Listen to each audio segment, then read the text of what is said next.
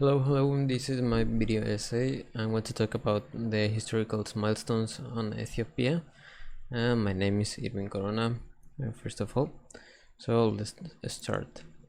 Here we have in the top right image the Emperor Haile Selassie, which reign was interrupted in 1935 when the Italian forces invaded and occupied Ethiopia. This was before the World War II, and in the left corner we can see Benito Mussolini,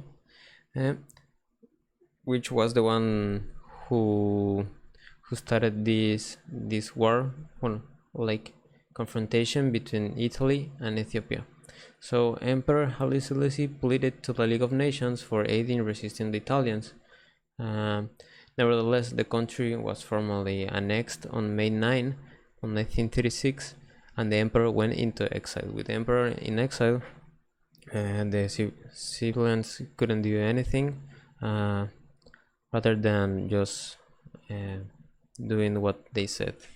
So then the Negus was like a battalion from the Ethiopians claimed that more than 275,000 Ethiopian fighters were killed compared to only 1,500 Italians, and then the Italian authorities, which were doing their conclusions, said that only 16,000 Ethiopians were killed in the Italian colonial troops on the battle.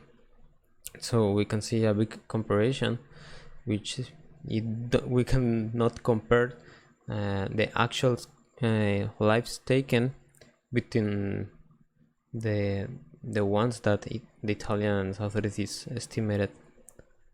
So then the king of Italy, Victor Emmanuel III, was crowned emperor of Ethiopia, and the Italians created an Italian empire in the east of Africa with Ethiopia.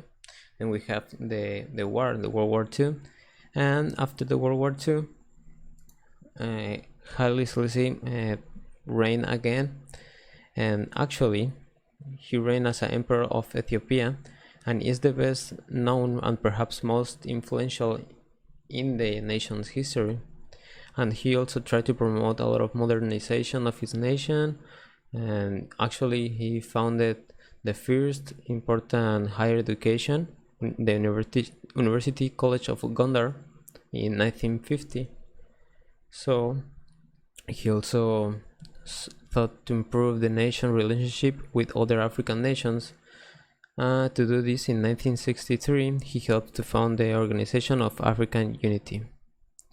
So now in the present, we have on December 20 in 2006 the active fighting broke out between the ICU and the Ethiopian army, and we have the Islamist forces were of no match against the Ethiopian regular army, and they decided to retreat and march among the civilians, and it started like a war, battles.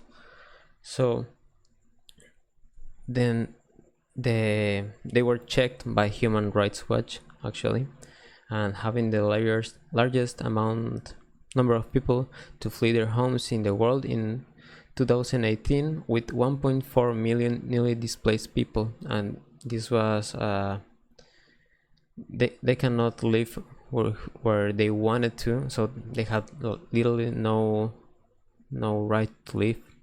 So that's one human right that was taken from them.